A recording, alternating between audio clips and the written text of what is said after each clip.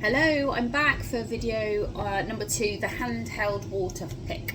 So it looks like this gadget, and it's 100% waterproof, so you can use it in the shower. These water flossers are to use alongside flossing and TPs, not just to use as a flossing action. It flushes out, so it flushes out food debris and reduces inflammation and bleeding. But what it doesn't do is physically disturb plaque, which is why you then need to use your TPs or floss. So I also thought I'd mention what comes in the pack with it. So it comes with a little travel bag, which I think fits it, but you'd need to take the nozzle off for it to fully fit in. And then I mentioned in my post yesterday, you need an adapter to plug it in, to charge it.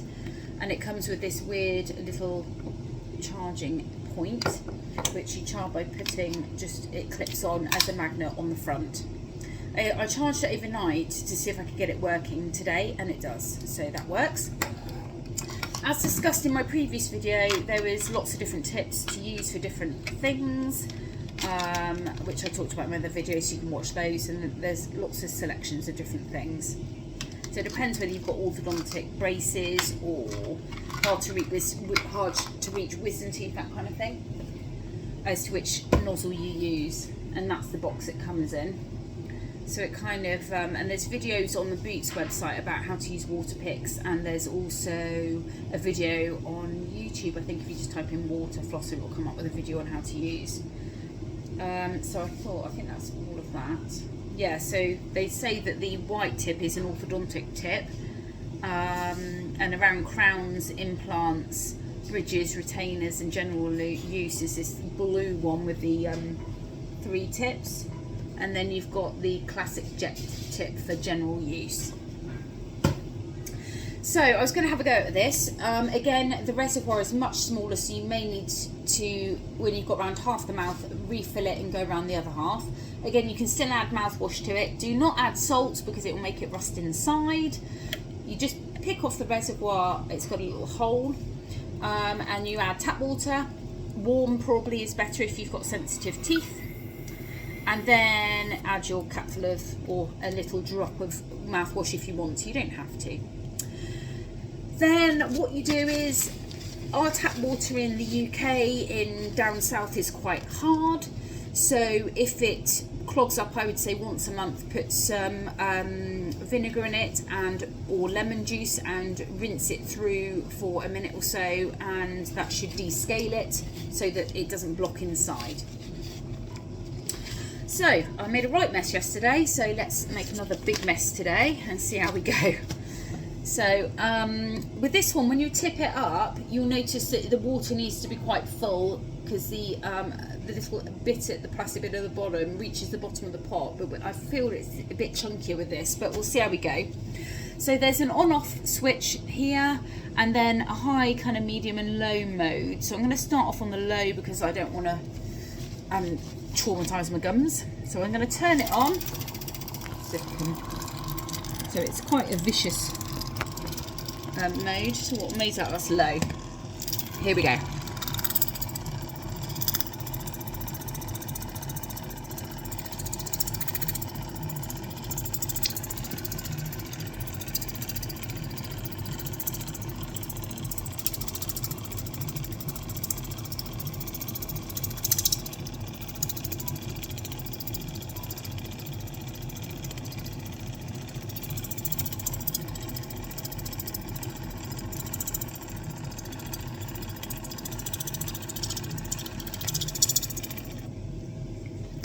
So you can see on the last part, what I did was I closed my mouth, so you couldn't see what I was doing, but you could see how much less the water was splatting everywhere. So if you open really wide, water is just going to go everywhere. It's all over my phone, so if you can't see me, I'm very sorry.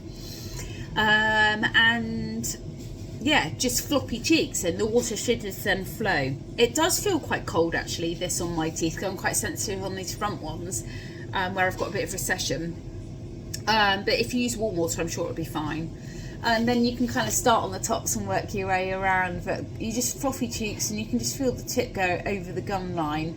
And then as you get towards the back again, just don't open wide, and then you can come right around the sort of back teeth and work your way along. As you can see, it's super hard for me to show you, but again, if you watch the videos that are online, you'll be able to do it. So it's just aiming into the gun line, and don't rush it. Don't go, I'm done. You need to go around every single tooth if you can. So I'll see if I can show you on the top ones. Here we go.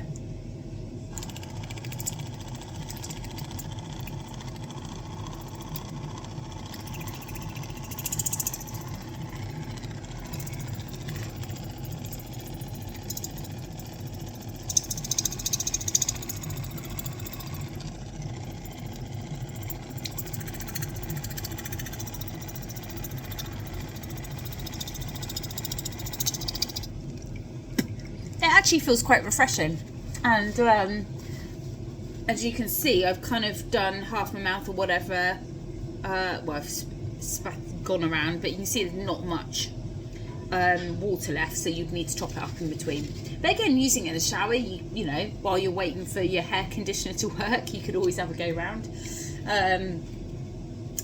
I'm not 100% convinced that it disturbs all the plaques, so I would still use my TPs and floss. But for a flushing action around hard to reach wisdom teeth, if you're just going for one area, this is probably pretty good.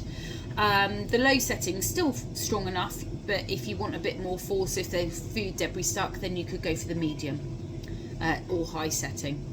Hope that's useful. Any questions, just message me and I'll do my best to answer back as quick as I can.